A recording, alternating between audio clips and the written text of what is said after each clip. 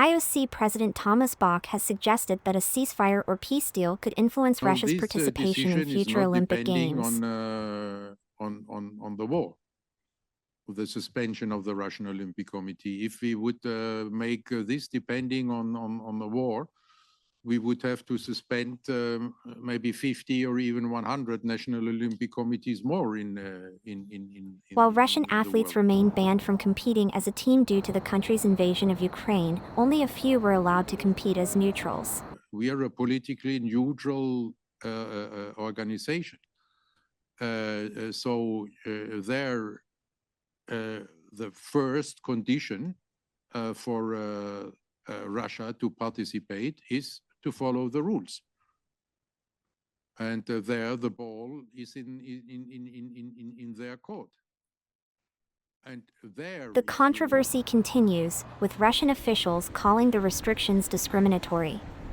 Meanwhile, tensions persist as Ukraine's political landscape shifts, with President Zelensky expressing readiness for negotiations amid strained relations with the U.S. Stay tuned for the latest updates on this developing story. Ukrainian regions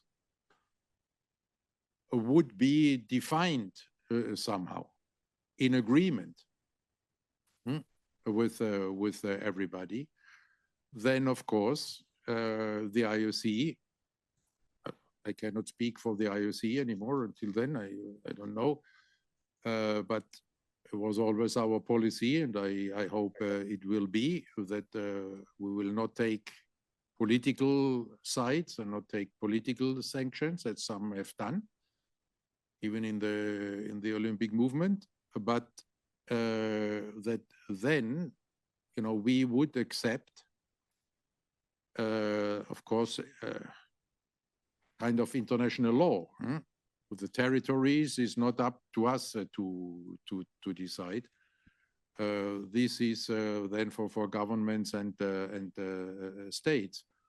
And if in this way a ceasefire, or what we all hope for, even better, peace agreement would address the status of this region, then of course the IOC will fully accept this and take the consequences.